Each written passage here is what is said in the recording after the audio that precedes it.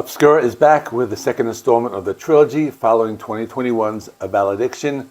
So does this new album, A Sonication, which was released on February 7, 2025, continue their streak? That's what we're going to talk about today.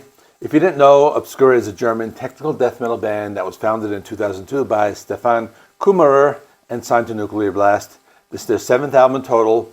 I reviewed their last album back in 2021, and I thought it would be a good idea to continue with this one. This album, A Sonication, has 8 tracks, is 39 minutes long, and also their shortest album to date. One thing I noticed with this album, A Sonication, was that it seems to expand on Obscura's sound by incorporating elements of melodic death metal and progressive death metal, while still retaining their core technical death metal sound. So let me first give you an overview of what I heard with this album. The thing that was most apparent was that there were melodic elements. This album integrates more melodic elements into their sound, some songs leading towards melodic death metal. In addition, there were some progressive tendencies. The album sees the band moving towards progressive metal or progressive death metal direction with complex drumming and the incorporation of chanting in some of the tracks. But at its core, it's still technical death metal. The band maintains their tech death metal roots, with tracks featuring guttural vocals, complex arrangements, blazing guitar solos, and fast-paced rhythms. Some tracks dial back on the melodic aspect to focus on the heaviness and old-school sounds. There was some experimentation. For example, the album incorporates some surprises, such as a soft intro to Beyond the Seventh Sun, some arpeggiated chords, some filtered vocals. There's also an instrumental track with a neoclassical lead guitar. Many tracks feature soft intros and outros with clean guitars, which contrasts with the intense, fast-paced tech death sections. Songs have many changes and dense, complex rhythms. The fretless bass guitar is audible throughout the album and often playing high notes that sound almost electronic. The closing title track integrates elements of traditional heavy metal, symphonic sounds, electronic effects. So with that being said, let me talk about each song in more detail just to make this more of a comprehensive album review. The opening track is called Silver Linings, and this track was what I expected. It was some fast and heavy death metal with technical guitar riffs. The vocals reminded me of the band At the Gates, but I also noticed there was kind of a catchiness with the music. There were a few instrumental sections that had a lot of melody, and this was paired with the blazing guitar solos, as well as the different time signature changes. I could hear all the instruments, such as the guitars and the fretless bass. I'm also noticing they're going into a melodic death metal direction, but they're still keeping it heavy. Let me also mention that I heard the song before. It was one of the singles I had on one of my 2025 playlists, and I talked about this back in December when I did my list of anticipated albums of 2025. The soft 30-second outro also stands out as a highlight. Track 2, Evenfall, caught me off guard because it had this slow intro with a trippy fretless bass guitar sound, but the song picked up a little. I still thought the music was similar to melodic death metal. They seem to be adding different elements to their sound. I can hear some chanting in the background, lots of complex drumming, also some catchy choruses. I think this band is trying to move into more of a melodic direction, or just might be the fact that I'm getting used to this type of music. They aren't abandoning their tech death sound though.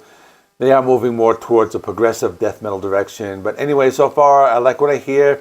I could hear so much going on as I listened with headphones. This is some tech death that doesn't always have to move at breakneck speeds. It's actually quite melodic. On the contrary, track 3, In Solitude, sounded more like what I remember. This was more straightforward tech death, had some low guttural vocals and death growls, lots of complex arrangements. They dialed it back a little on the melodic aspect and went full tech death on this track. Not necessarily a bad thing, but there are still so many different sounds that I could hear in my headphones. Lots of blazing guitar solos, fast-paced rhythms. There were parts of the song that got melodic, reminded me of something like Arch Enemy, but overall, it was a heavy track. I thought the drumming was intense on this track as well. The Prolonging was some straightforward tech death. There were more of those low death growls and the cool fretless bass guitar notes that reminded me of that kind you hear in death metal, specifically the band Death. Those kind of Steve DiGiorgio types of bass guitar sounds. There are also a lot of technical guitar playing on the track and kept the pace at full speed. Another one where they're going for that old school sound and they're trying to dial back on the melody and opt for more heaviness. And let me also mention, this is just a 2-minute song. I was taken by surprise with Beyond the Seventh Sun because it had the soft intro with arpeggiated chords and those cool fretless bass guitar melodies that are played high in the neck, which I like a lot, but it's very different. The song continues a more lead guitar playing that's quite melodic. I'm thinking it's going to be one of those songs that leans more towards melodic death metal. Let me also mention it's an instrumental track, so I noticed they're focusing more on the melodic leads. I felt it sounded like the type of instrumental you would hear on pretty much any heavy metal album. I didn't feel like it belonged exclusively to the tech death realm. Some listeners compared it to Orbital Elements from one of their previous albums, which is a reference I wasn't too familiar with, but don't get me wrong, I like the song a lot. I think it just might be something a typical tech death fan might not enjoy that much. I thought the lead guitar playing was good. I felt it sounded very neoclassical, so I definitely like it. The end of the song was some more of those arpeggiated chords with clean guitar tone, so that was pretty cool. I was also surprised to hear them continue with this particular style with Stardust, which had a soft intro with arpeggiated chords. I was surprised to hear the style 2 songs in a row, then the song picks up the pace with rapid fire double bass drumming and some more technical death metal riffs. Song gets intense, they go just full tech death metal once song picks up, and they bring back those harsh vocals, which are more in a higher pitch range. But at the same time, I can still hear they're trying to add in a little melody so it doesn't sound all technical and nothing else. But compared to the other songs, it's more of a tech death metal song as opposed to melodic death metal, and I'm hearing both sides of those 2 genres a lot on this album. The song is very fast paced, has lots of energy, and I think loyal fans will really like this track. It's also the second longest track at 6 minutes and 32 seconds. The song went through many different changes, had many different moments where the sound was very dense, complex, and you could hear different things going on at the same time. The song ends with some softer, clean guitars with something that they have been doing on so many other tracks, which I heard on the album so far. But then they threw another curveball at me with the Sun Eater, because the first thing I noticed was they had these big and heavy pummeling riffs that just beat you down and just moved at a slower pace. Song didn't pick up the pace. It sounded more like typical death metal, that type of rhythm. But then afterwards got really brutal and just went full on tech death. It was also one of those low death growls as opposed to the higher pitched vocals that were used in the previous song. Song also had some cool spacey types of guitar riffs, just evoked images of being in outer space, and that's the only way I can describe them. Song was pretty cool. It had some fast rhythm, some double bass drumming.